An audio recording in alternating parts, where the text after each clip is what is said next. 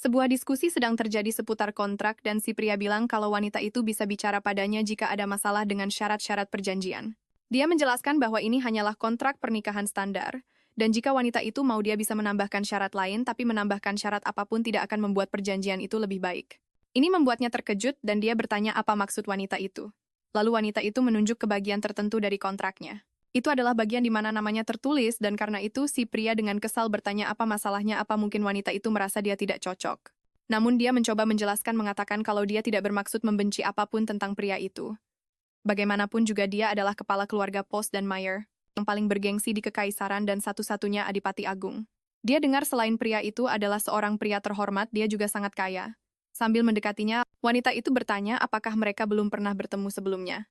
Gadis itu teringat bahwa hidupnya selalu seperti ini menjadi anak pertama di keluarga terpandang ini. Dan sekarang dia harus belajar untuk menjadi penerus. Pendidikan para penerus dimulai sejak masa kanak-kanak harus mempelajari segalanya. Bahkan saat tidur nyaris tidak tahan melewati momen-momen itu demi mendapatkan pengakuan orang tuanya. Dia sering dipaksa menjalani pelajaran ketat sejak dia masih muda. Semua demi keluarganya. Dia ingat ketika dia merasa lelah dia hanya mendengar kata-kata kritikan, mengatakan bahwa dia terlalu naif jika berpikir menjadi penerus itu mudah, dan bahwa dia harus mempelajari segalanya. Bahkan jika dia harus begadang semalaman untuk itu semua demi kebaikan keluarga. Lalu ketika dia berumur 12 tahun adiknya Alphonse secara ajaib lahir, menghentikan pelatihannya dan mengirimnya ke akademi seolah-olah dia diusir. Namun adiknya memiliki kesehatan yang rapuh. Jadi ketika dia dipanggil pulang, dia dikejutkan dengan perjodohan. Dan begitu adiknya cukup umur, posisi pewaris akan kembali padanya. Selain itu dia diberitahu bahwa mereka tidak bisa lagi membiayai studinya di akademi. Rosalind tahu dia tidak lebih dari sekadar pajangan bagi keluarganya tanpa hak untuk memutuskan apapun tentang hidupnya sendiri. Mengangkat pedangnya penjaga itu menyatakan bahwa anggota keluarga Crimson Rose yang melanggar hukum negara harus dinyatakan bersalah dan menyerah. Ketakutan wanita itu bertanya pada Rosalind apa yang mereka bicarakan. Gadis itu menjelaskan bahwa mereka memberitahunya bahwa ayahnya menjadi tertarik pada judi dan meninggal saat melarikan diri untuk menghindari penangkapan, dan karena mereka menemukan bukti, mereka harus bekerja sama. Dengan kesal wanita itu berkata dia tidak bertanya karena tidak mengerti tapi karena dia ingin tahu apa yang sebenarnya terjadi. Rosalind hanya mengatakan bahwa dia akan menghentikan mereka dan meminta ibunya untuk bersembunyi bersama Alphonse. Ini mengejutkan sang ibu, yang mengatakan dia tidak akan bisa menghentikan para penjaga sendirian tapi gadis itu bertekad untuk melakukan yang terbaik. Tetap saja wanita itu khawatir mereka akan menyakiti putranya sebelum persidangan tapi Rosalind tidak mendengarkan dan meminta mereka berdua untuk tetap bersembunyi. Gadis itu bertekad untuk menangani semuanya, dan jika itu tergantung pada ibu itu, dia tidak akan aman sama sekali. Sementara itu, para pelayan rumah tangga mencoba mencegah hal yang lebih buruk terjadi. Kepala pelayan meminta mereka untuk menunggu mengatakan itu tidak sopan. Dia meminta agar setidaknya mereka menunggu nyonya selesai bersiap-siap. Tapi pada saat yang sama dia diserang. Penjaga itu memerintahkan mereka untuk melenyapkan semua pemberontak dan menangkap mereka yang bersembunyi. Akhirnya Rosalind tiba langsung bertanya apa yang mereka pikir sedang mereka lakukan. Gadis itu memasuki adegan sambil memegang pedangnya. Siap untuk apapun yang akan terjadi. Melihatnya, komandan penjaga bertanya apakah dia Nona Rosalind Crimson. Lalu dia menyapanya dengan lebih formal. Dia memperkenalkan dirinya sebagai komandan Ksatria Biru dan mengatakan bahwa sang Count telah melanggar hukum negara dengan berjudi merendahkan kaum bangsawan dan mengurangi gengsi kekaisaran. Komandan itu mengatakan bahwa ini setara dengan pengkhianatan, tapi gadis itu berkata dia tidak tahu apa yang dia bicarakan tapi komandan itu tidak yakin dan mengatakan mereka harus mengakui kesalahan mereka. Karena melawan seperti ini hanya akan memperburuk dosa mereka. Rosalind tetap teguh pada argumennya dan berkata bahwa jika dia tidak melawan di sini, dia sama saja mengakui kesalahannya dan bertanya, bukankah itu hukum negara ini? Dia mengatakan mereka tidak bisa menangkapnya sebagai orang yang tidak bersalah. Ketika dia tidak terlibat dalam perjudian ayahnya. Sambil menghunus pedangnya, dia menyatakan bahwa jika mereka ingin membawanya, mereka harus bersusah payah untuk melakukannya. Sebuah teriakan terdengar, memberikan perintah. Dia di sana tangkap dia, para penjaga berlari semakin dekat ke arah Rosalind, menuntutnya untuk berhenti. Saat berlari gadis itu melakukan gerakan nekat menggunakan pedangnya untuk menarik karpet. Dia membuat para penjaga terjatuh. Rosalind menaklukkan salah satu dari mereka yang tergeletak di tanah. Pria itu yang jelas ketakutan memohon padanya untuk tidak mendekat. Bahkan mencoba melakukan sesuatu dalam situasi itu, tetapi Rosalind yang tak kenal takut menggunakan pedangnya untuk menusuk tangan pria itu.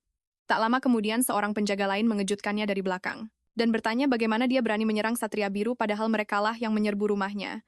Tapi gadis itu sama sekali tidak berdaya. Rosalind menggunakan pedangnya untuk bentrokan singkat. Dia berlari dikelilingi oleh 3 penjaga lagi. Meski begitu dia tidak takut apapun dan menggunakan pedangnya untuk menyerang mereka. Dia mendapatkan keuntungan besar atas mereka. Pada akhirnya dia menjatuhkan pedang ketiga orang itu dan mengarahkan pedangnya pada satu-satunya yang masih berdiri. Tetapi untuk memperburuk keadaan ibunya juga tertangkap dan memanggil putrinya untuk meminta bantuan. Sang Nyonya dan Alphonse disandera oleh salah satu penjaga. Dia sangat ketakutan menangisi nyawanya dan nyawa putranya. Rosalind bertanya apakah mereka benar-benar akan menggunakan ibu dan adiknya sebagai sandera. Komandan itu berkata, dia tidak akan diancam jika saja dia tidak melawan. Dia mengatakan bahwa Rosalind sudah kehilangan ayahnya, dan pasti tidak ingin hal yang sama terjadi pada sisa keluarganya. Jadi gadis itu meminta mereka untuk tidak menyakiti mereka. Mereka butuh beberapa saat untuk mengikatnya lalu melemparkannya dengan kasar ke tanah. Komandan menyuruhnya untuk mengurungkan niatnya pergi ke ibu kota, dan mengatakan dia menggunakan sesuatu yang bahkan tidak terlihat seperti pedang. Rambutnya dijambak dengan kencang oleh penjaga lain sambil mengejeknya bertanya apakah tadi dia gugup dan sekarang ketakutan. Karena dia bahkan tidak mengucapkan sepatah kata pun. Rosalind berkata bahwa jika bukan karena belas kasihannya, dia tidak akan menjadi ksatria lebih lama lagi.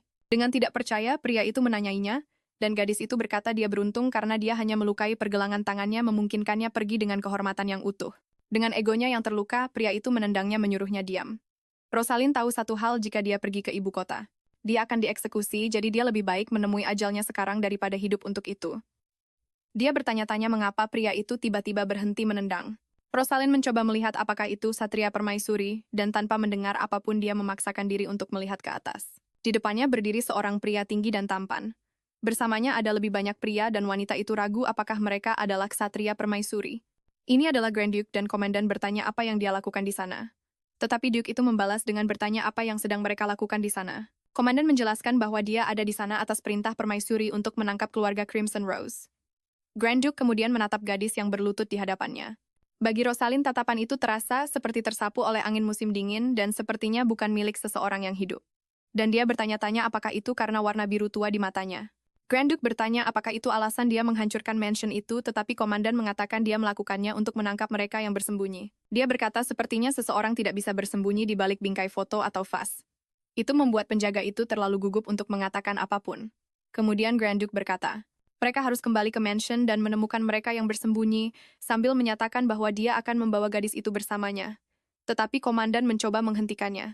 Mengatakan itu sulit karena dia mendapat perintah dari Yang Mulia Permaisuri untuk tidak menyerahkan penjahat itu kepada siapapun. Duke itu berkata bahwa Yang Mulia Kaisar sendiri yang memberitahunya bahwa dia bisa membawanya. Dengan nada yang sedikit mengancam dia bertanya apakah perintah Permaisuri lebih tinggi dari perintah Kaisar, dan bahkan mengancam akan menyuruh ksatria hitamnya menggeledah mansion itu, dan tentu saja pengecut sepertinya langsung cut nyalinya. Duke itu pun menyuruh pengawalnya Highness untuk mengantar nona muda itu. Dia membawanya untuk bertemu dokter sementara itu, pria tadi memperhatikan mereka pergi. Di mansion gadis itu diperiksa, dan untungnya tidak ada tulang yang patah, tapi meskipun begitu dokter bilang ini parah karena memarnya tidak ringan, dan marah karena para ksatria tega melakukan hal seperti itu pada seorang wanita. Di sisi lain, Rosalind justru meratap mengatakan kasihan sekali hidup satria itu harus berakhir seperti itu. Damian bertanya apa yang akan terjadi jika dia mendapat terlalu banyak luka seperti ini, dan apakah kulitnya akan penuh bekas luka. Dia bilang bagaimanapun juga memarnya akan segera hilang, dan jika dia merawat dirinya dengan baik tidak akan ada bekas luka yang tersisa. Terlihat tidak peduli, dia hanya bilang kalau dia mengerti. Jadi dokter menyuruhnya untuk menganggap ini serius. Dia bilang tubuh manusia itu berharga, dan jika dia tidak segera merawatnya, tubuhnya tidak akan berfungsi dengan baik. Sementara pikirannya berkata betapa menyebalkannya itu, Rosalind mengalihkan pembicaraan dan bertanya kapan penyelidik akan tiba. Sambil tersenyum, Damian menjawab bahwa tuan penyelidik akan segera datang. Dia berdiri memberi salam dan pamit pergi, tapi dalam benaknya dia bertanya-tanya kenapa Damian memanggil penyelidik itu tuan. Membuatnya berpikir mungkin seseorang yang penting akan datang. Memikirkannya dia sadar ini bukan ruang interogasi gelap yang biasa mereka gunakan. Bagaimanapun ini adalah tempat yang tertutup dari segala arah. Apapun itu dia sekarang berada dalam situasi di mana dia dituduh melakukan kejahatan serius, dan dia bertanya-tanya apakah mereka benar-benar bisa memperlakukannya seperti ini. Lalu seseorang masuk memanggil namanya dan dia mengenali suara itu.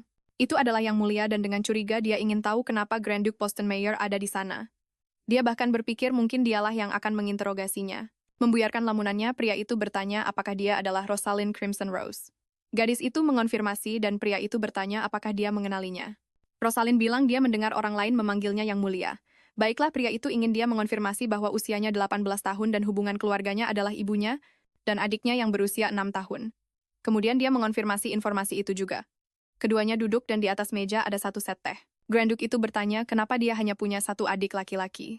Pertanyaan ini membuat gadis itu benar-benar bingung.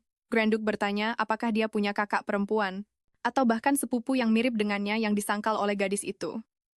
Dia bersikeras bertanya apakah dia punya kerabat jauh yang menyerupainya, setidaknya seorang wanita yang sekitar 10 tahun lebih tua. Dengan bingung, Rosalind menjelaskan bahwa dia tidak punya interaksi dengan dunia luar, dan bahwa rambut merah muda dan mata hijau adalah simbol dari keluarga Crimson Rose. Grand Duke menyangkalnya sambil berdiri dari kursi. Rosalind ingin tahu apa hubungan pertanyaan-pertanyaan itu dengan tuduhan judi ayahnya. Hal itu sepertinya mengingatkannya pada alasan dia ada di sana. Jadi dia bilang mereka harus membicarakan itu. Dia membaca kertas yang berisi detail perbuatannya dan menemukan bahwa gadis itu melukai sekitar 20 ksatria yang mulia ratu. Dan menurut kesaksian para ksatria, dia hanya memotong tendon pergelangan tangan mereka seolah itu bukan apa-apa. Rosalind bilang itu untuk membela diri. Dan Grand Duke bertanya, "Untuk membela dirimu?" Dia bilang dia tidak melakukan kejahatan apapun, tapi karena mereka mencoba menangkapnya, dia tidak punya pilihan selain melawan dan membuktikan bahwa dia tidak bersalah, dan dia bilang itu juga tertulis di buku hukum. Dia menjawab bahwa segala sesuatu tidak selalu berjalan sesuai hukum. Menganalisis semuanya dia berkata bahwa gadis itu tidak memegang posisi lain, tidak pernah menerima gelar ksatria dan tidak ada catatan. Bahwa dia pernah berpartisipasi dalam turnamen anggar manapun yang mana tidak masuk akal bagi seseorang untuk menunjukkan keahlian seperti itu melawan ksatria elit. Rosalind terus mempertahankannya sebagai kebenaran dan dia bilang itu tidak berarti orang-orang akan mempercayainya. Grand Duke mengatakan bahwa akan disimpulkan bahwa ada kecelakaan lain di mana beberapa ksatria biru terluka, dan karena itu mereka tidak akan mengajukan tuntutan terhadapnya. Dia mengatakan bahwa bahkan bagi seorang ahli pedang berpengalaman sulit untuk memotong tendon dengan hanya mengincar tangan yang memegang pedang. Lalu Rosaline bertanya apakah itu sulit bahkan untuk seorang Grand Duke.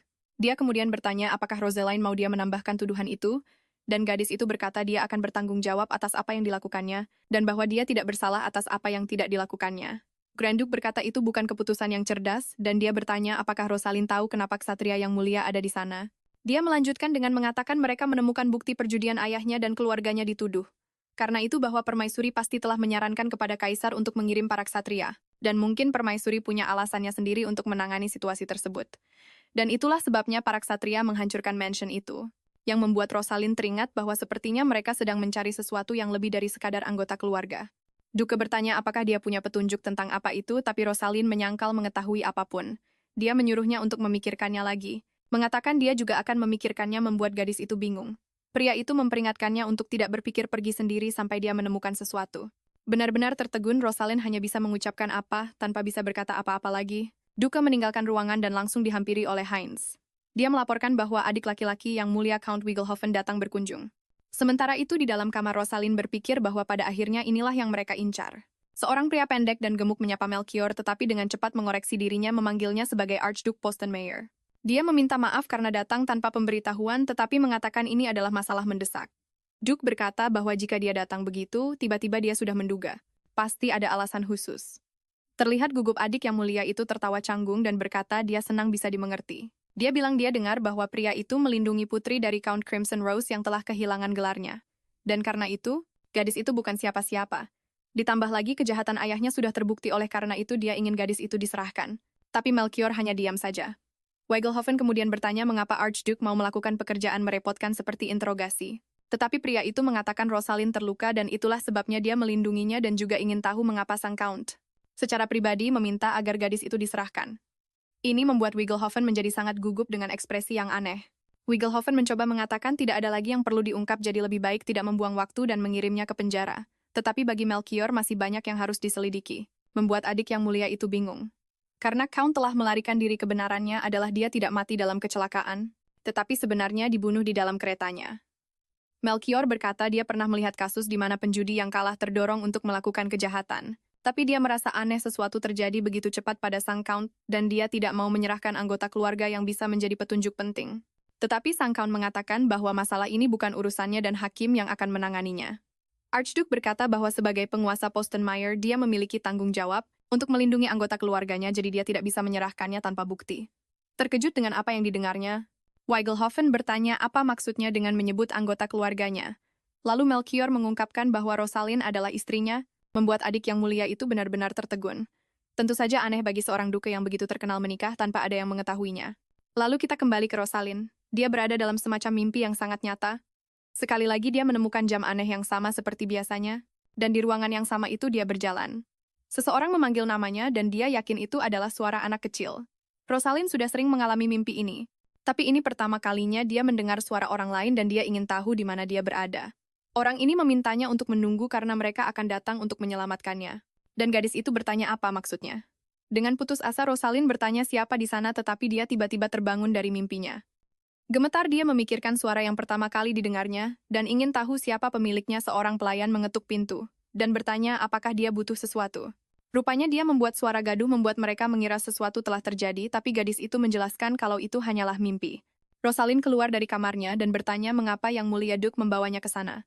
Dia belum kembali dan sudah berhari-hari sejak interogasi berakhir. Dokter itu bertanya apakah dia tahu situasinya saat ini sangat berbahaya.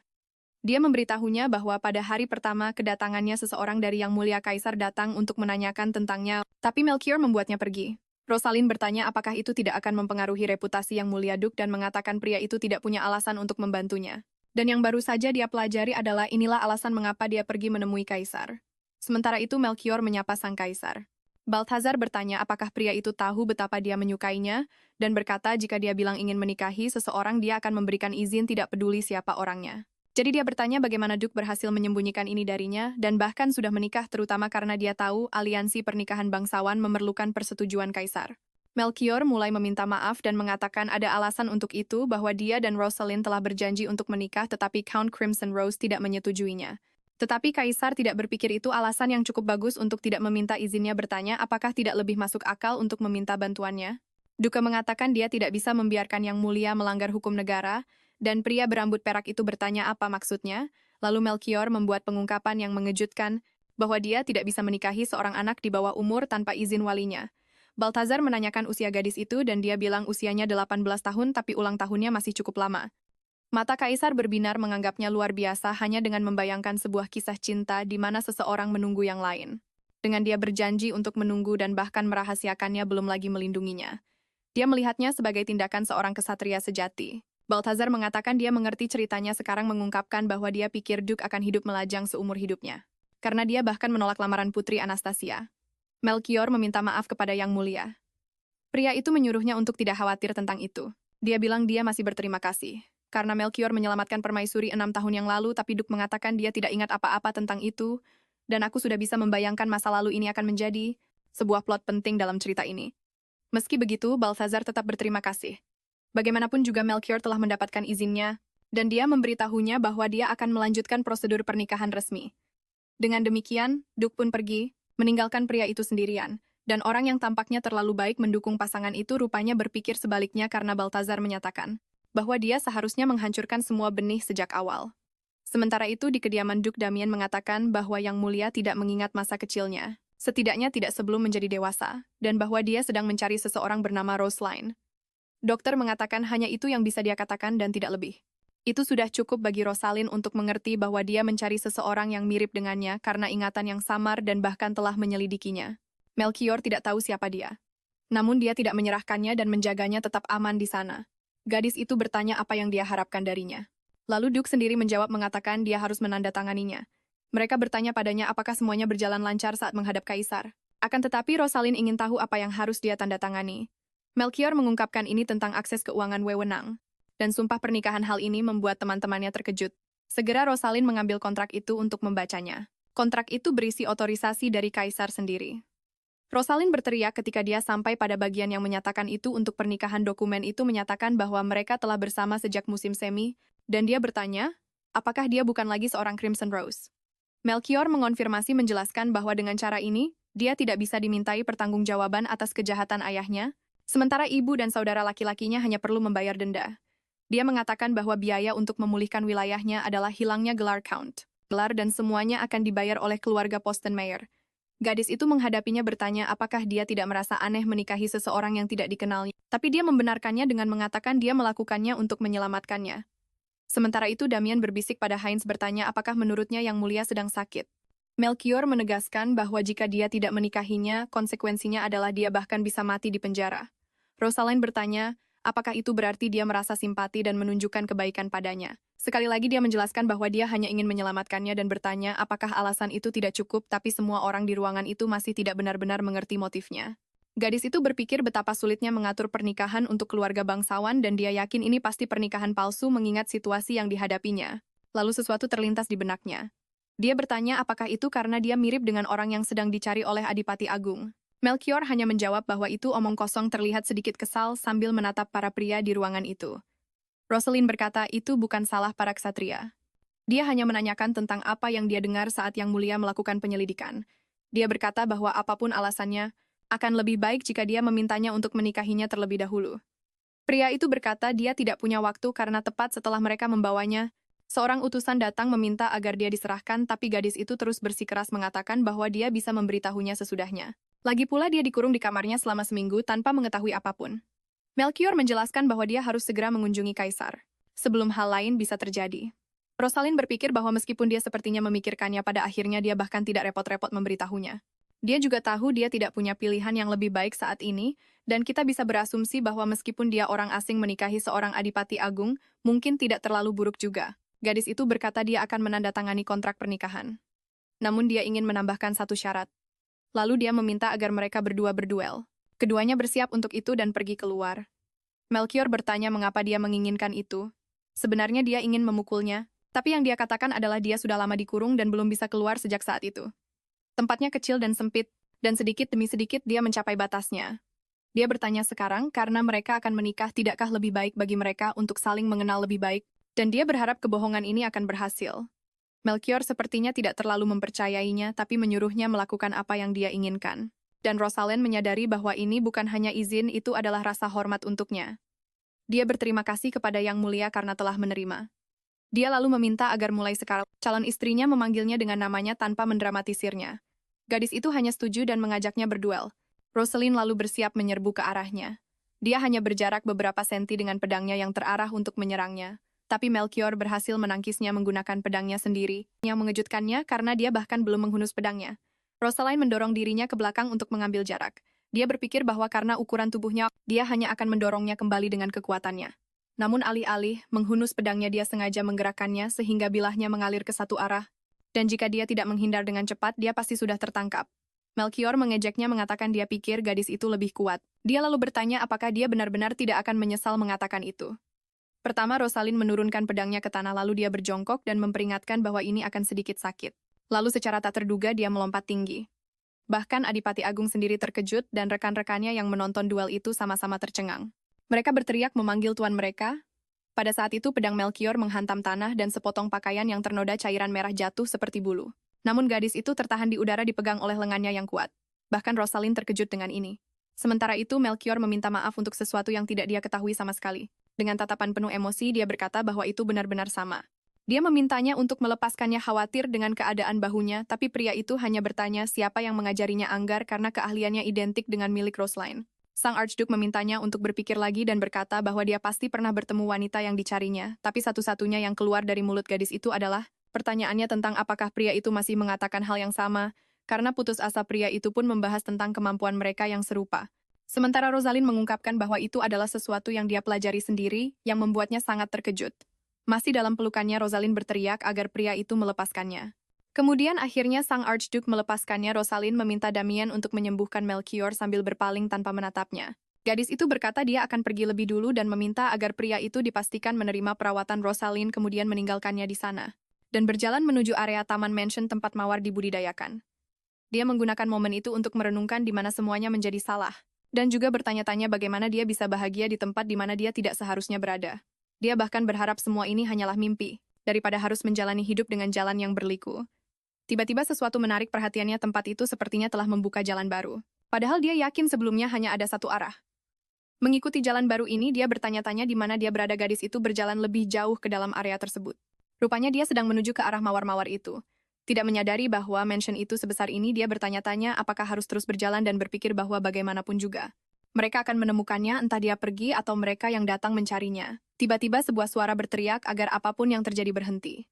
Melihat sekeliling dengan ketakutan, gadis itu ingin tahu apakah ada seseorang yang berkelahi di dekatnya.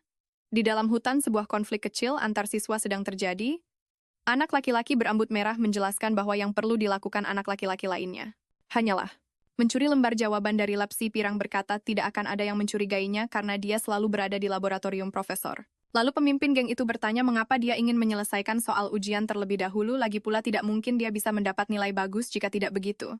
Akhirnya anak laki-laki itu mengumpulkan keberanian dan berkata dia tidak bisa melakukannya. Itu membuat mereka tertawa seolah-olah itu sebuah lelucon. Pria besar itu mencengkeram pakaiannya sambil berkata, "Kukira kau pintar, tapi sepertinya tidak," dan bertanya mengapa dia tidak mendengarkan dengan sopan. Sambil mengangkat tinjunya, dia bertanya apakah anak itu melakukan ini karena ingin dihajar. Tanpa menjawab hinaan itu, anak laki-laki itu menutup matanya, mempersiapkan diri untuk apa yang akan datang. Tapi saat si perundung akan melakukan apa yang dijanjikannya, sesuatu mengenai tangannya membuat semua orang bingung dan bertanya-tanya siapa yang ada di sana. Kali ini si pirang yang terkena hantaman di kepala, mereka panik mencoba mencari tahu dari mana benda-benda itu berasal tanpa menyadari bahwa itu adalah Rosalind yang bersembunyi di balik pohon. Pemimpinnya berteriak agar mereka menangkap siapapun yang melakukan itu, berjanji akan menghajar orang tersebut. Batu lain pun melayang ke arahnya. Tapi yang satu ini mengenai pohon di belakangnya. Anak-anak itu terkejut melihat batu itu menancap di sana, menyadari bahwa itu adalah peringatan dari orang yang melakukannya. Sambil melarikan diri, pemimpinnya berkata mereka akan melepaskannya untuk hari ini. Akhirnya bebas, anak laki-laki itu berdiri. Dia kemudian berterima kasih kepada orang yang telah menolongnya, menunjukkan bahwa dia sadar di mana penyelamatnya berada. Dia berkata ingin bertemu langsung untuk berterima kasih padanya dan meminta jika semuanya baik-baik saja. Agar dia mengambil satu langkah ke depan, Rosalind terkesan karena dia sengaja mengubah posisinya dan melemparkan batu-batu itu. Dan meski begitu dia tetap tahu di mana posisinya. Padahal ada banyak pohon yang menghalangi pandangan, akhirnya menunjukkan dirinya. Dia bertanya, apakah anak itu terluka? Anak laki-laki itu yang menurutnya sangat mirip dengan sang Archduke berterima kasih atas bantuannya karena berkat dia. Mereka tidak melakukan apa-apa padanya. Rosalind berkata, itu bukan apa-apa, tapi agak aneh melihat begitu banyak orang mengganggu satu orang. Dia mengusir para perundung itu karena tidak ingin melihat hal tersebut, tapi dia mengakui rasanya menyenangkan saat menerima ucapan terima kasih. Anak laki-laki itu berkata sudah sepantasnya berterima kasih pada seseorang yang telah menolong. Dia memperkenalkan dirinya sebagai Julian, seorang siswa tahun ketiga di Akademi Kekaisaran, dan bertanya apakah dia boleh mengetahui nama penolongnya. Ini mengejutkan Rosalind yang merasa tidak berbuat banyak namun tetap merasa malu. Pertanyaan itu membuatnya bimbang, bertanya-tanya apakah boleh menyebutkan namanya. Sadar kalau tanpa nama keluarga, dia tidak akan tahu siapa dirinya. Rosalind menyimpulkan lebih baik jujur daripada berbohong tanpa alasan dan malah terlihat mencurigakan. Rosalind akhirnya memperkenalkan dirinya padanya. Julian senang sekali mengetahui nama penolongnya, tapi mawar merah tidak tahan lagi dan memintanya untuk tidak menggunakan kata itu lagi. Anak laki-laki itu berterima kasih sekali lagi dan memintanya untuk memanggil namanya saja. Dia bilang Rosalind bisa meminta bantuan kapan saja jika dia butuh karena dia ingin membalas budi. Dia menambahkan dengan sedikit sedih bahwa tidak banyak yang bisa dia lakukan, tapi yang sebenarnya dia maksud adalah hati yang kesepian bukanlah hal yang baik. Rosalind menganggapnya anak yang baik dan terkejut karena dia begitu baik dan perhatian pada orang lain padahal dia masih kecil, berharap dia akan tumbuh dewasa tanpa dirundung. Julian berkata dia harus pergi dan memintanya untuk menjaga diri. Wanita itu juga harus segera kembali. Karena Julian menuju ke arah Akademi, Rosalind hanya perlu pergi ke arah yang berlawanan untuk mencapai Mansion Post dan Meyer. Jadi dia mengikuti jalan itu. Sambil berjalan dia segera tiba di ladang yang dia lihat saat pertama kali memasuki mansion. Senang karena telah menemukan jalan yang benar, dia kemudian masuk ke dalam. Sesampainya di area dalam, Rosalind bertanya-tanya apakah Melchior baik-baik saja. Terganggu oleh pikiran ini, dia baru menyadari ada seseorang di sana saat dia menutup pintu. Sang Archduke memberitahunya bahwa dia terlambat.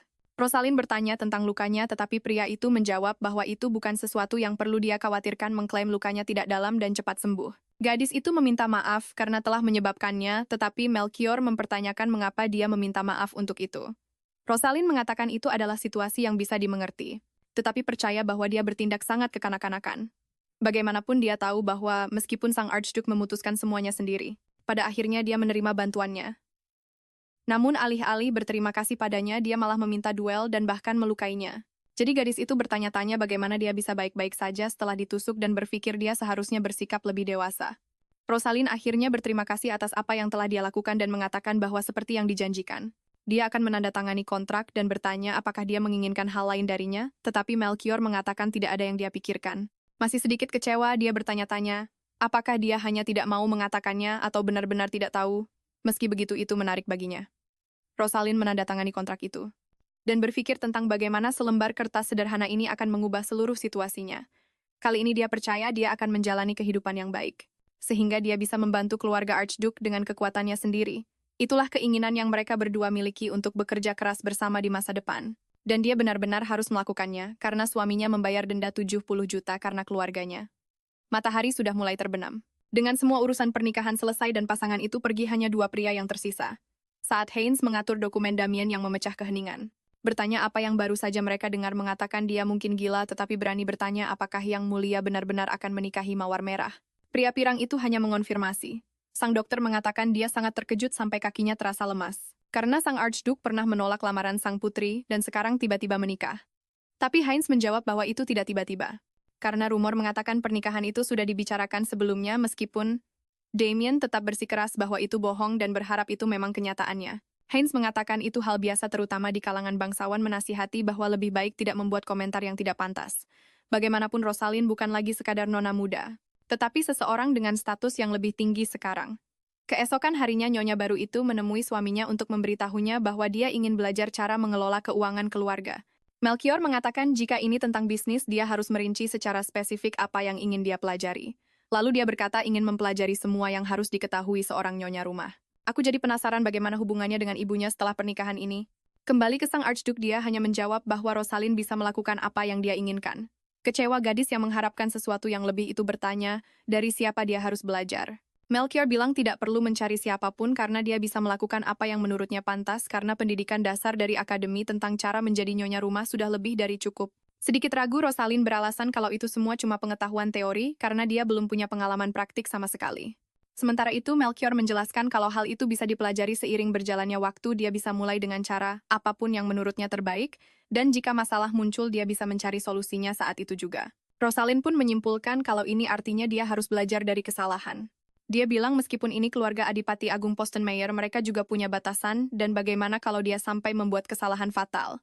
Namun sang Adipati Agung sendiri meyakinkannya kalau beberapa kesalahan tidak akan dengan mudah menghancurkan keluarga mereka. Gadis itu pun mengerti, lagi pula dia adalah istri dari pria yang sangat berkuasa, tapi Rosalind merasa perlu untuk mempelajari semuanya dengan saksama agar dia tidak punya kelemahan seperti yang dimiliki keluarga Crimson Rose. Keluarga Postenmeier adalah keluarga yang penuh gengsi dengan banyak keluarga lain yang setia pada Adipati Agung alih-alih pada kaisar, dan mampu menjadi lebih kuat seiring waktu. Jadi dia boleh membuat kesalahan dan gagal.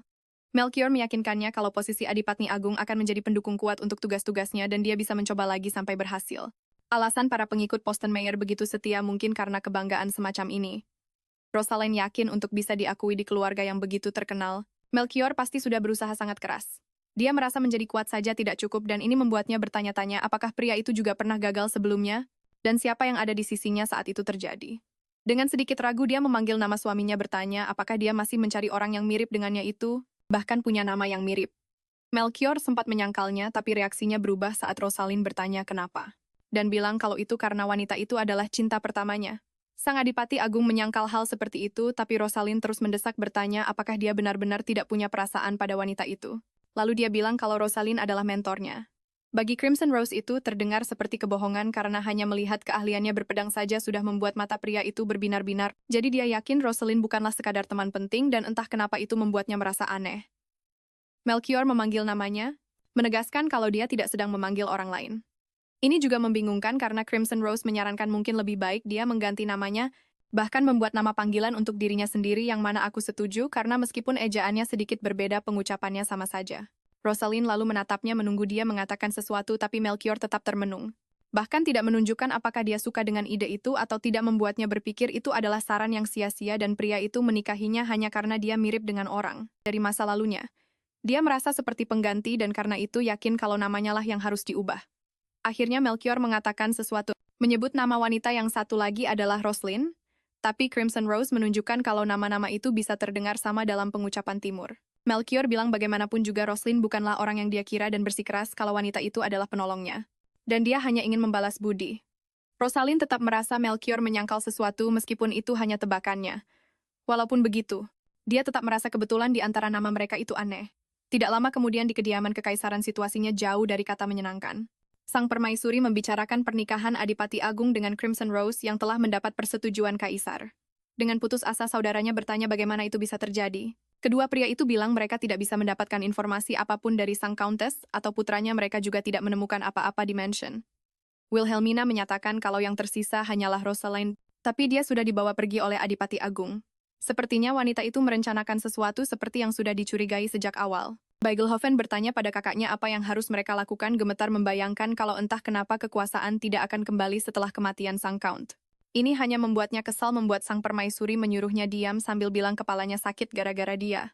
Dia bilang adiknya itu benar-benar tidak berguna.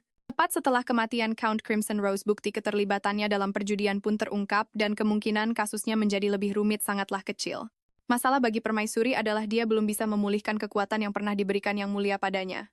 Jadi Wilhelmina berpikir bahwa dengan kematian sang Count kekuatan itu akan kembali, tapi sepertinya tidak ada yang berubah. Dia yakin kekuatan itu diwariskan kepada penerusnya, padahal Yang Mulialah yang memberikannya setelah merawatnya.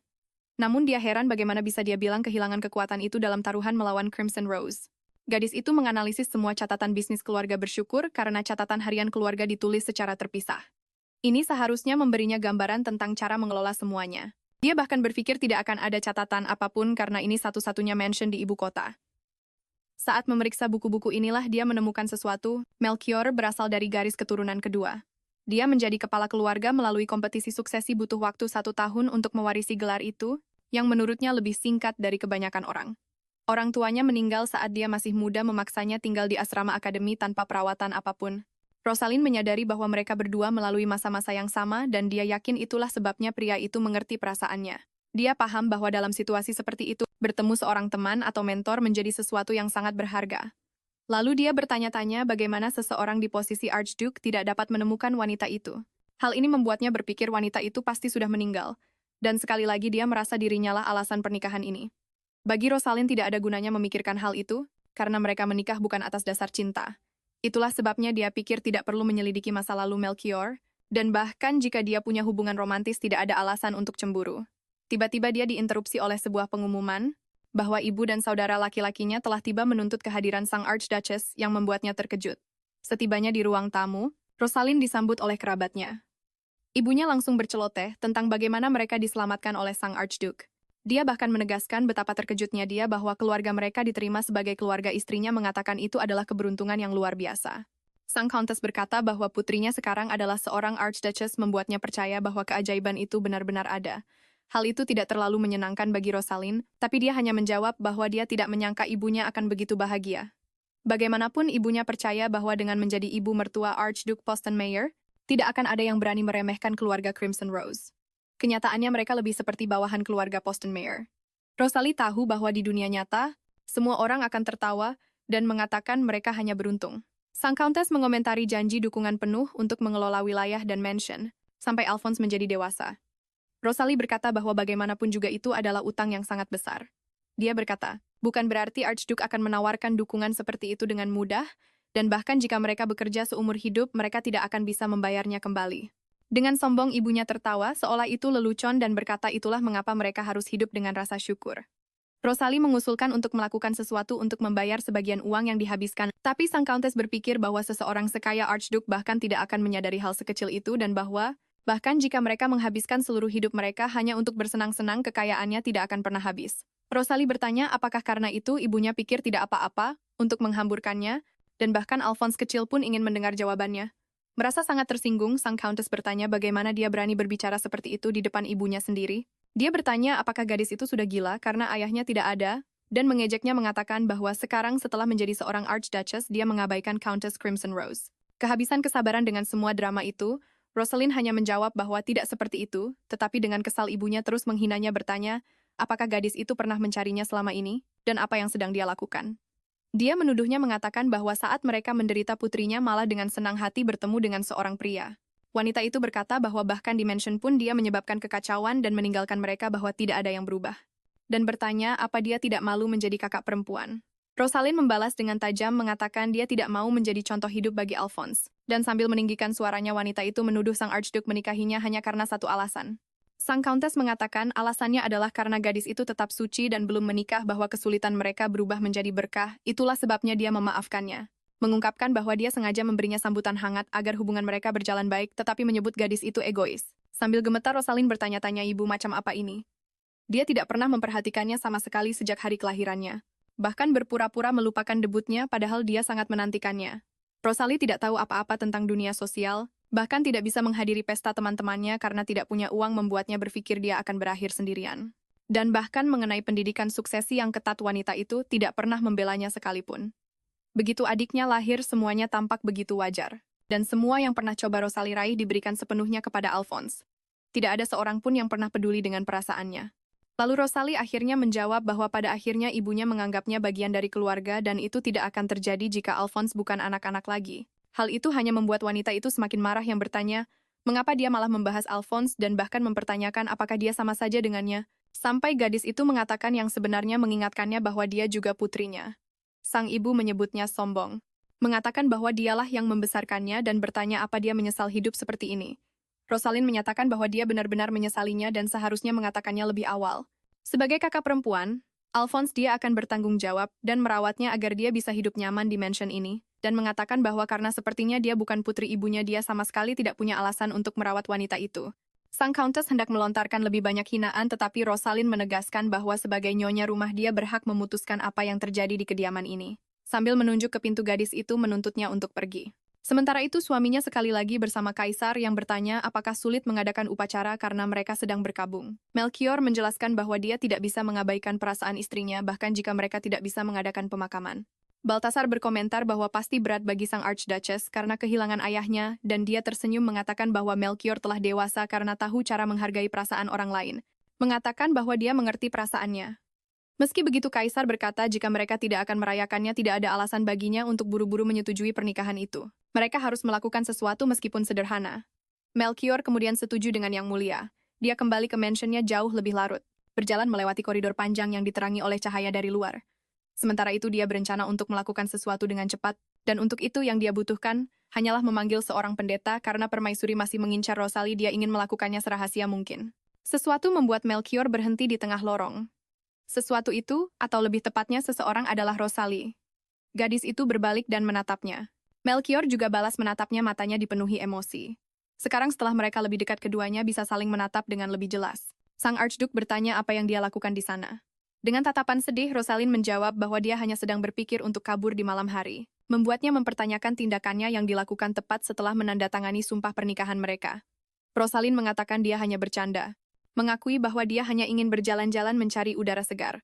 Melchior mengatakan bahwa cahaya bulan memang terang tetapi masih terlalu gelap untuk berjalan sendirian dan menawarkan untuk menemaninya. Saat melihatnya lebih dekat, sang Archduke memperhatikan matanya yang merah dan bertanya apakah sesuatu telah terjadi. Rosalind mengalihkan pandangannya dan menyuruhnya untuk mengabaikannya saja. Tapi itu bukanlah sesuatu yang bisa dia abaikan. Melchior mengatakan dia tidak bisa melakukannya karena dia adalah suaminya. Hal itu berhasil memunculkan senyum kecil di wajah istrinya. Pernikahan kontrak untuk menghindari hukuman telah membuatnya berpikir bahwa itu semua palsu bahwa dia hanyalah seorang pengganti. Tapi Rosalind merasa terhibur saat sang Archduke menyebut dirinya sebagai suaminya. Mereka pergi ke taman dan Melchior menjelaskan bahwa karena dia hanya sesekali tinggal di mansion, tempat itu tidak terawat dengan baik, jadi dia memintanya untuk mempekerjakan seorang tukang kebun. Melchior kemudian menarik perhatiannya mengatakan ada sesuatu yang perlu dia diskusikan tentang pernikahan. Dia memberitahunya bahwa Kaisar berkata mereka harus mengadakan upacara, meskipun hanya yang sederhana karena dia menganggapnya sebagai acara istimewa. Khawatir Rosalind bertanya seberapa besar acaranya nanti. Sang Archduke menjelaskan bahwa mereka hanya membutuhkan hal-hal dasar, cukup dengan memanggil seorang pendeta dan teringat keluarganya. Dia menyarankan agar dia juga mengundang teman-temannya. Rosalind tampak percaya diri saat mengonfirmasi kehadiran keluarganya di sana. Namun mustahil untuk menyembunyikan getaran di tubuhnya saat dia berbicara. Melchior menyadari hal itu. Mengira dia kesal dengan gagasan mengadakan upacara pernikahan, dia juga bertanya-tanya apakah dia kecewa karena berubah pikiran. Sang Archduke mengatakan bahwa jika dia tidak mau, mereka tidak akan melakukannya, menyarankan dia bisa berbicara dengan Yang Mulia lagi. Apa yang terjadi di pagi hari masih mengganggunya, tapi dia tetap setuju untuk melanjutkannya. Mengalihkan pembicaraan, Rosalind bertanya tentang lukanya. Dia sepertinya sudah melupakannya, tapi gadis itu mengingatkannya pada apa yang terjadi saat mereka berlatih. Aku harus bilang ilustrasi adegan ini sangat menakjubkan baik dari segi goresan garis maupun pencahayaannya. Suasana malamnya dibuat dengan sangat indah. Kembali ke Melchior, dia menjawab bahwa itu bukan apa-apa meskipun dia sebenarnya hanya ingin mengatakan dia baik-baik saja karena itu tidak mengganggu pekerjaannya. Tapi Rosalind menafsirkannya seolah dia mengatakan itu hanyalah kemampuan yang sama sekali tidak istimewa, jadi dia bilang itu bukan masalah besar, membuat sang Archduke bertanya-tanya apakah dia melakukan sesuatu yang salah. Kenyataannya itu adalah luka yang serius. Tapi dia memiliki daya tahan yang kuat dan cepat sembuh. Jadi itu tidak akan menimbulkan masalah besar. Tetap saja untuk beberapa alasan dia merasa seolah-olah telah membuat kesalahan besar dan dia khawatir tentang betapa diamnya gadis itu saat mereka berjalan. Melchior berpikir mungkin dia kesal padanya, bertanya-tanya apakah itu karena dia terlalu lama untuk membawa ibu dan saudara laki-lakinya. Dia semakin bertanya-tanya apakah itu karena dia pulang larut setiap hari atau karena tidak ada cukup pelayan, atau jika ada hal lain yang mengganggunya. Sang Archduke ingin tahu apa yang harus dia katakan padanya sekarang setelah dia berhenti untuk berpikir. Dia menyadari mereka telah berjalan cukup lama dan bertanya-tanya apakah dia harus memberikan mantelnya, tapi Melchior menyesal karena cuacanya tidak terlalu dingin, dan khawatir apa yang mungkin terjadi jika suasana hatinya memburuk. Dia mencoba berpikir logis, tapi dia benar-benar tidak tahu harus berbuat apa saat sendirian dengan seorang wanita. Akhirnya Rosalind memecah keheningan di antara mereka. Dia bertanya apakah mereka bisa kembali ke mansion karena sudah larut. Melchior setuju meskipun masih tidak yakin mengapa. Rosalind di sisi lain merenungkan bagaimana percakapan itu tidak mengarah kemana-mana, bahkan tidak sekalipun selama jalan-jalan singkat ini. Sang Archduke melihatnya begitu pendiam, dan menjaga jarak, tidak tahu harus berbuat apa, jadi dia pikir akan lebih nyaman untuk berjalan bersama saja, tanpa berbicara. Meskipun dia setuju untuk berjalan-jalan, dia bertanya-tanya apakah itu sudah berlebihan, dan tidak tahu apa yang sedang dipikirkannya. Rosalind tampaknya tidak menganggap situasi itu menyenangkan, membuat pria itu bertanya-tanya apakah dia benar-benar bisa membuat pernikahan ini berhasil. Di kediaman Kekaisaran, Balthazar mengetuk pintu kamar, bertanya pada Wilhelmina apakah dia tidak akan membukanya. Tapi dia tidak membukanya. Kaisar mencoba yang terbaik, mengatakan ini musim panas, udaranya panas dan pengap, dan memintanya untuk tidak lupa bahwa dia sudah tua sekarang. Dan bahwa dia tidak tahu apakah tubuhnya bisa bertahan lebih lama lagi. Wilhelmina membuka pintu hanya sedikit. Dia mengatakan kepada Yang Mulia bahwa dia juga tidak tahu. Balthazar masuk ke kamar dan meminta istrinya untuk memaafkannya. Permaisuri menerima itu dan juga memintanya untuk tidak tertawa, tapi pria itu berkata, dia tidak bisa menahannya saat melihat istrinya yang cantik terlihat lelah. Wilhelmina duduk. Tidak butuh waktu lama bagi Kaisar untuk melakukan hal yang sama. Dia bertanya kenapa Balthazar duduk di sampingnya, menuntut agar pria itu tetap berada di depannya saja. Balthazar menjelaskan kalau dia terlalu banyak menghirup udara malam, membuat tubuhnya jadi dingin, dan karena itulah dia butuh kehangatan sang permaisuri, tapi permaisuri menuntutnya untuk duduk di sisi lain, bahkan mengancam akan mengusirnya keluar. Balthazar bertanya apakah Wilhelmina masih marah soal dia membebaskan keluarga Crimson Rose. Wilhelmina balik bertanya kenapa dia harus kesal dengan keinginan Yang Mulia, meskipun reaksinya jelas menunjukkan hal yang sebaliknya. Kaisar menegaskan bahwa jika Wilhelmina butuh apapun dia harus memberitahunya, tapi istrinya bilang bukan begitu.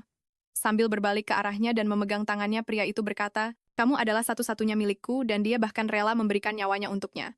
Sambil mencium tangan Wilhelmina, dia menyatakan bahwa apapun yang diinginkannya, dia akan mewujudkannya.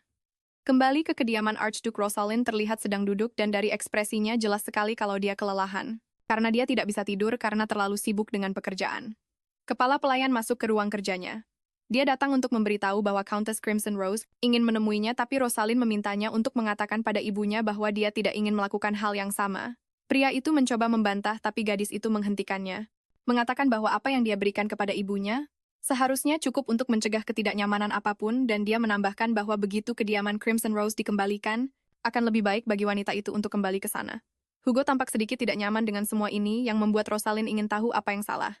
Dia berpikir mungkin ini karena dia mengusir ibunya sendiri, padahal dia tahu, jika itu Melchior, pria itu tidak akan mengatakan sepatah kata pun. Rosalind bertanya kepada kepala pelayan, apakah ada perekrutan pelayan baru sehari sebelumnya. Hugo mengonfirmasi dan sang Archduchess segera bertanya, mengapa dia tidak diizinkan untuk memilih stafnya sendiri? Membuat kepala pelayan itu lengah dengan pertanyaan tersebut. Rosalind memintanya untuk membawa semua dokumen identitas dan surat-surat rekomendasi. Berkas-berkas itu pun dibawa dan diletakkan di atas mejanya. Rosalind memeriksanya dengan teliti, dan menyadari bahwa semua catatannya sempurna tanpa celah. Hugo berkata bahwa siapapun yang tidak memiliki dokumen identitas atau surat rekomendasi, sekira apapun usahanya tidak akan pernah dipekerjakan. Sang Archduchess melakukan hal yang berani, dia mengambil 3 berkas dan memerintahkan agar orang-orang itu dipecat, membuat kepala pelayan benar-benar terkejut.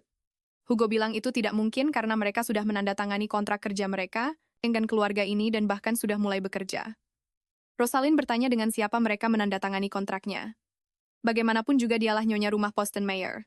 Dia bilang bagus kalau mereka sudah mulai bekerja, lalu menyuruhnya memanggil ketiga orang itu agar dia bisa memecat mereka secara pribadi.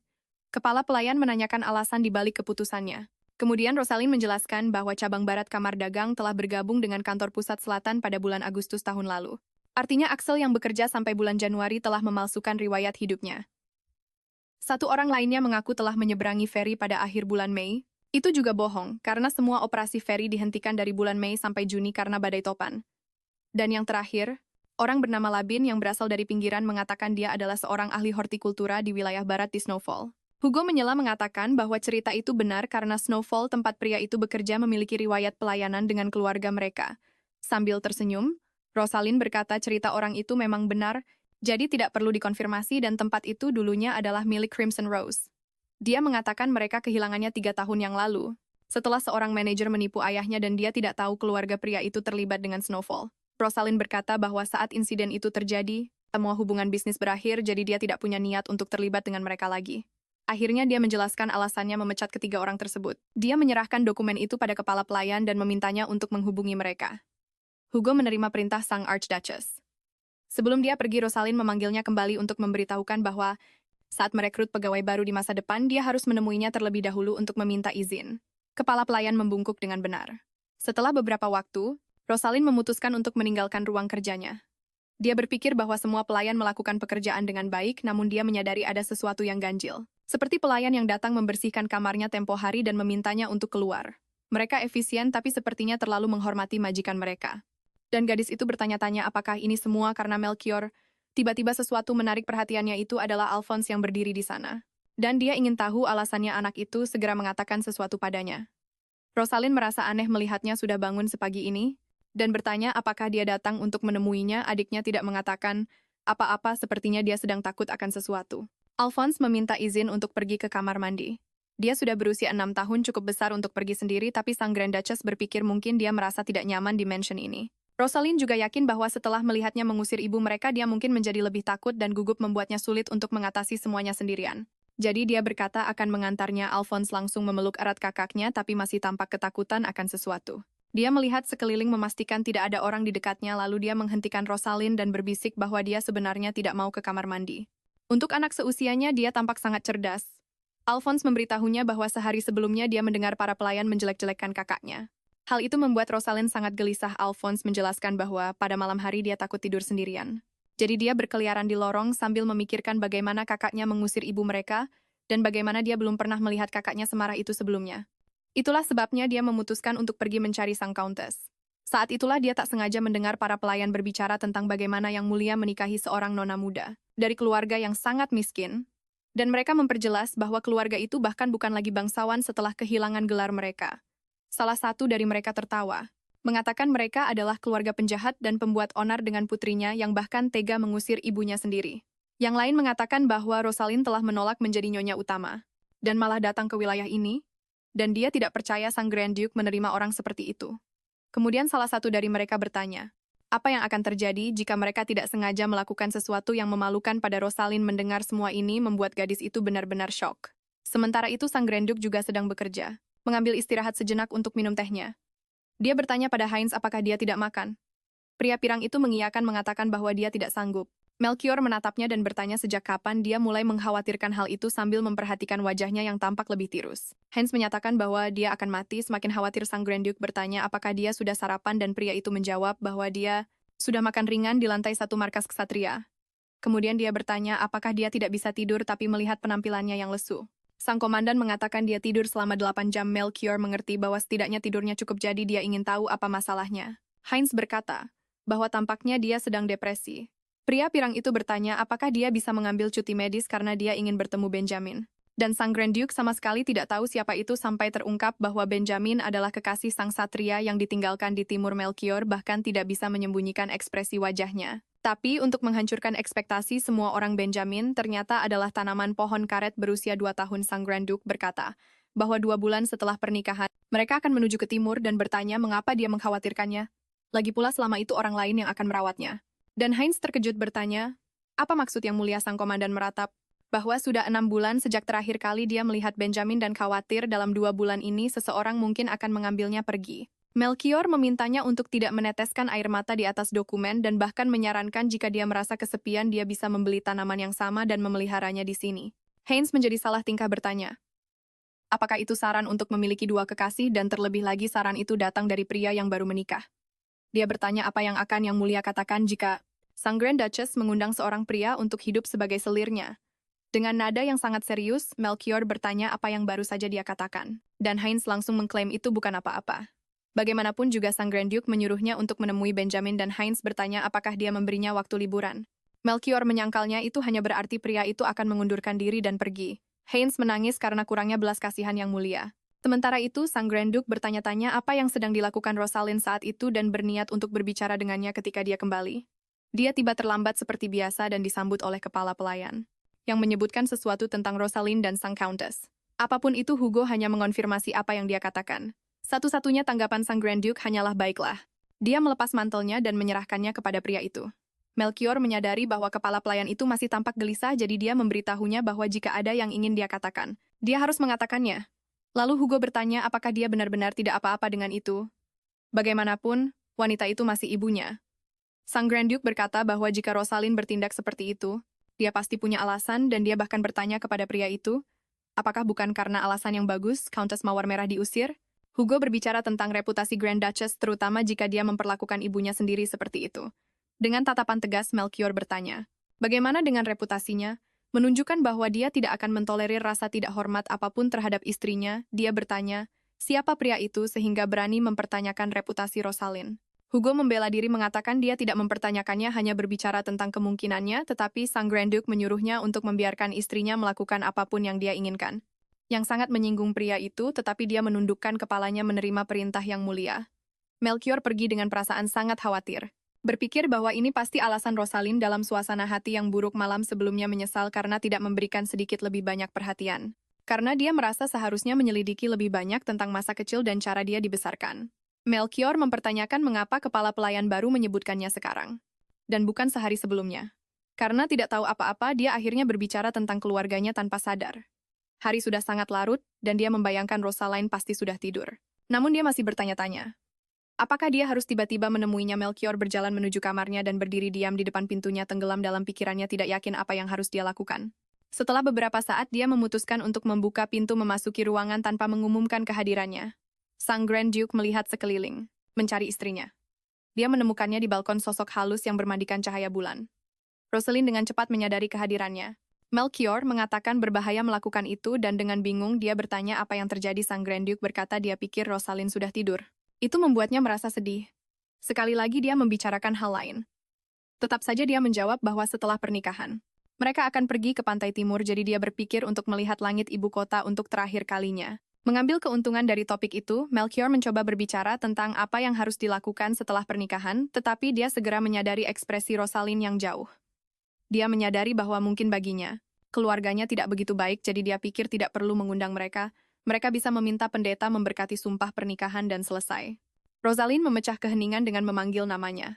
Dia memulai dengan sedikit ragu, bertanya seberapa mirip dirinya dengan Rosalind. Melchior menjawab bahwa itu cukup untuk membuat keduanya tertukar. Rosalind bilang dia mengerti, tapi dia tampak sedih dengan jawabannya. Mungkin kecewa. Dia mengakui bahwa dia telah memikirkan hal itu beberapa hari terakhir, merasakan sedikit kekesalan. Karena dia membuat semua keputusan tanpa persetujuannya, tetapi pada akhirnya itu sia-sia dan bagaimanapun juga semuanya berakhir dengan baik. Rosalind berkata dia beruntung, tetapi tetap mengklaim bahwa dia akan kecewa. Melchior menyangkalnya, mengatakan dia tidak akan kecewa. Tersenyum tipis, gadis itu berkata tidak apa-apa karena pada akhirnya yang benar-benar dia cari adalah Rosalind yang asli. Kata-katanya menghantam Melchior seperti sebuah pukulan. Dia melanjutkan mengatakan dia tahu bahwa yang selalu dia inginkan hanyalah Rosalind yang asli. Lalu Melchior mengungkapkan bahwa sebenarnya dia juga menginginkannya, karena dialah yang ingin dia selamatkan.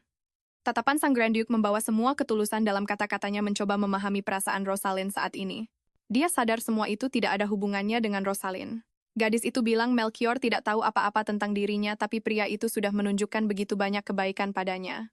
Menurutnya berusaha sejauh itu untuk menolong orang yang baru dikenal adalah hal yang luar biasa, jadi dia berterima kasih padanya. Rosalind bilang dia berhutang budi pada Melchior, sambil menyesali reaksinya tadi, dan berjanji akan membalas kebaikannya suatu hari nanti. Tapi Melchior tidak suka cara Rosalind mengatakannya. Seolah-olah Rosalind hanya melihat tindakannya sebagai sesuatu yang harus dibalas. Melchior bilang tidak perlu begitu, baginya sudah cukup jika gadis itu menerimanya dengan senang hati, dan dia heran kenapa Rosalind bersikeras menjaga jarak. Sang Archduke bilang kalau Rosalind tidak akan bisa membalasnya. Perkataan itu bahkan membuat gadis itu terkejut. Melchior sendiri menyesal telah mengatakannya, tapi sudah terlambat untuk menarik kata-katanya kembali. Rosalind bingung harus berkata apa. Tapi pada akhirnya dia setuju kalau pria itu benar karena dia punya status kekuasaan, kekayaan, dan segalanya. Dia bilang akan berusaha sekuat tenaga untuk tidak mencoreng nama Melchior atau keluarga Postumus. Rosalind menyuruhnya untuk tidak khawatir. Selama dia menjadi istrinya tidak akan ada aib yang menimpa keluarga, setidaknya itulah hal terbaik yang bisa dia lakukan. Melchior tidak berkata apa-apa lagi. Bagi Rosalind, tingkat hubungan seperti itu sudah cukup. Dia hanya perlu setia pada kontrak, karena ini bukanlah pernikahan yang lahir dari cinta meskipun dia menandatangani dokumen sebagai Rosalind Postumus dan semua pelayan memanggilnya yang mulia. Dia merasa lebih seperti pengurus rumah tangga daripada seorang istri. Rosalind bilang tidak apa-apa dan mengajak mereka masuk, bahkan bertanya apakah Melchior harus bekerja keesokan harinya, karena pria itu pasti punya banyak pekerjaan. Melchior mengiyakan meskipun dia sangat gugup karena mereka sedang berpegangan tangan. Gadis itu bilang akan mengantarnya ke kamar. Saat itu juga wajah Melchior memerah seperti tomat. Sang Archduke berpikir gadis itu salah paham dengan kata-katanya, tapi dia tidak mengerti kenapa dia begitu fokus pada tangan mereka yang saling bertautan.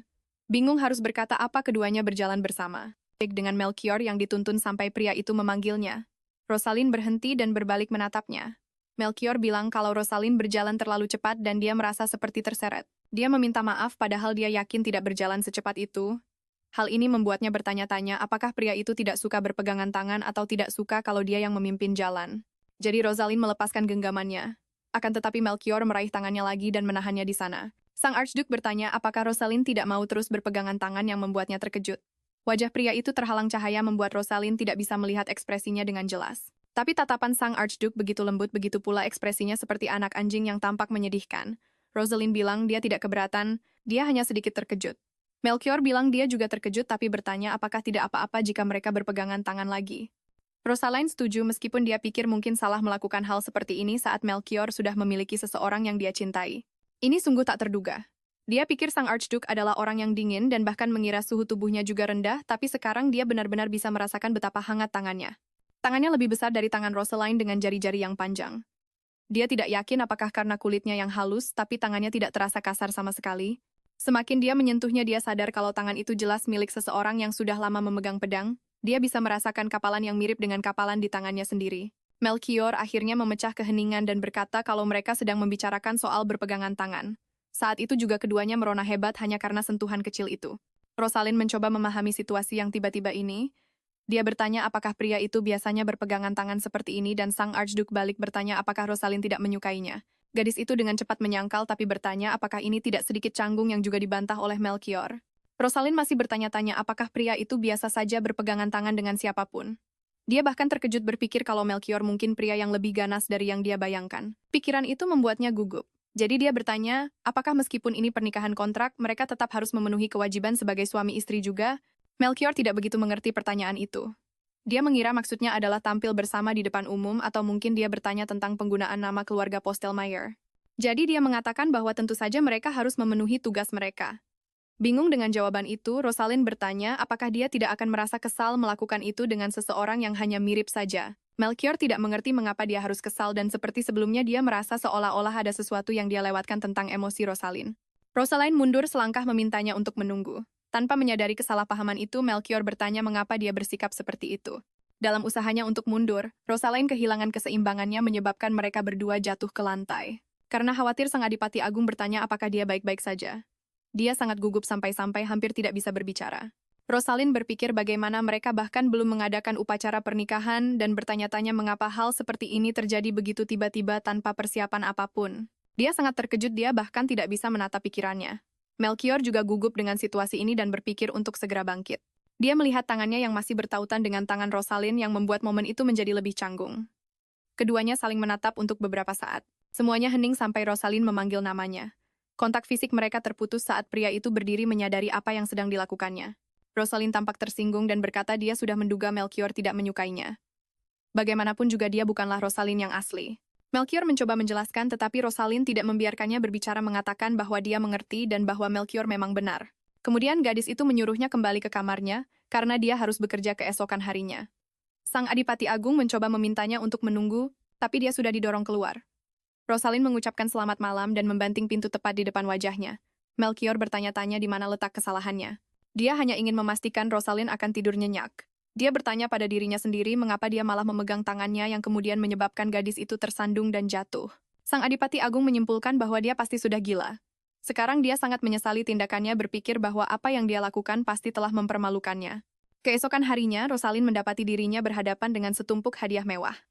Hugo menjelaskan bahwa itu semua adalah hadiah yang dikirimkan oleh keluarga kekaisaran untuk merayakan pernikahan itu, dan mereka telah memberitahunya bahwa akan ada lebih banyak lagi yang tiba keesokan harinya. Rosalind bertanya-tanya apa yang harus dilakukan. Pernikahan itu seharusnya sederhana. Tetapi dengan jumlah sebanyak ini mereka bahkan bisa membiayai upacara hanya dengan perhiasan dan uangnya saja. Dia bertanya pada Hugo apakah bisa membuatkan peta ibu kota untuknya, dan mengatakan bahwa jika memungkinkan akan lebih baik jika ada tanda detail dari semua area yang cukup besar agar dia bisa melihat semuanya dengan jelas. Rosalind menjelajahi tempat itu menemukan sebuah taman baru, dan pria itu menjelaskan bahwa itu adalah bagian dari gunung di dalam ibu kota. Tetapi tempat itu telah berubah menjadi hutan terpencil seiring dengan perluasan jalan kota bahkan dengan pembangunan gedung-gedung di sana. Namun setelah 5 tahun tempat itu menjadi taman lagi. Sang protagonis memperhatikan hal ini melihat sekeliling dengan saksama. Dia teringat masa lalunya ketika dia harus mencari uang. Sekarang sebagai seorang adipatni agung tugasnya adalah membelanjakannya jadi dia berencana menyewakan taman itu untuk dijadikan aula perjamuan. Pria itu membaca namanya, tetapi memanggilnya Rosalina membuatnya sadar bahwa pria itu berasal dari timur. Rosalina berpikir tentang bagaimana Melchior selalu memanggil namanya secara alami, tetapi dengan aksen barat mengingat bahwa setelah pernikahan mereka akan pergi ke timur dan dia harus bertemu dengan keluarga suaminya. Dia merasa tidak yakin apakah dia akan bisa mendapatkan kepercayaan dan dukungan mereka sebagai pasangan. Gadis itu begitu terganggu oleh kekhawatiran ini, sehingga dia akhirnya berjalan ke arah yang salah tanpa disadari oleh pria itu. Rosalind tidak terlalu percaya diri tentang hal itu, tetapi sudah terlambat untuk mengatakan sesuatu yang konyol seperti itu. Saat berjalan-jalan, dia mendengar suara sepasang burung yang menarik perhatiannya. Rosalind akhirnya menyadari bahwa dia tersesat dan merasa aneh karena dia yakin sudah berada di jalan yang benar. Seseorang datang berlari ke arahnya. Ternyata itu anak laki-laki yang sama yang pernah dia selamatkan sebelumnya. Rosalind memanggil Julian dan menyuruhnya bersembunyi bersamanya sementara sekelompok perundung itu sedang mencarinya. Mereka heran karena tidak bisa menemukannya dan salah satu dari mereka mengira mendengar suara seorang wanita. Mereka sama sekali tidak tahu kalau Julian ada di sana sedang dilindungi oleh Rosalind. Tak lama kemudian mereka pun pergi dari area itu. Anak laki-laki itu berterima kasih pada penyelamatnya. Karena penasaran dia bertanya, apakah mereka adalah siswa yang sama, yang mengejarnya terakhir kali, tapi Julian bilang mereka hanya teman sekelas yang tidak akur dengannya. Julian berterima kasih padanya sekali lagi dan berkata akan segera kembali ke akademi. Dia berbalik dan mulai berjalan yang membuat wanita itu menyadari sesuatu. Rosalind menyadari kalau Julian berjalan pincang dan bertanya apakah kaki kanannya terluka. Julian bersikeras dia baik-baik saja dan bisa pulang sendiri, tapi Rosalind tidak mengizinkannya karena kakinya bengkak, dan berjalan lebih jauh bisa memperburuknya. Jadi dia memintanya untuk memberitahu di mana dia tinggal agar dia bisa mengantarnya. Dia berkata karena Rosalind sudah menolongnya 2 kali. Dia tidak bisa terus-menerus merepotkannya tanpa melakukan sesuatu untuk membalas budi. Saat itulah Rosalind bersikap seperti seorang kakak perempuan. Dia menegurnya dengan lembut mengatakan, kalau Julian tidak seharusnya bicara soal balas budi di depan orang dewasa karena sudah menjadi tugas orang yang lebih tua untuk melindungi anak-anak. Tidak banyak yang bisa dia lakukan untuk membantu, tapi dia memutuskan untuk mencoba membuatkan bidai. Lukanya tidak terlalu parah dan dia menyarankan untuk mengompresnya dengan es. Mengatakan lukanya akan sembuh dalam waktu sekitar 3 hari. Setelah membantunya, Rosalind bertanya apakah dia diancam oleh teman-teman sekelasnya, tapi anak laki-laki itu menjawab kalau dia bisa menanganinya. Julian terlihat sangat gugup dan wanita itu bertanya bagaimana rencananya untuk mengatasi masalah itu. Dia memperingatkan bahwa jika dia mencoba untuk sok kuat, dia bisa-bisa malah dihajar oleh anak-anak itu.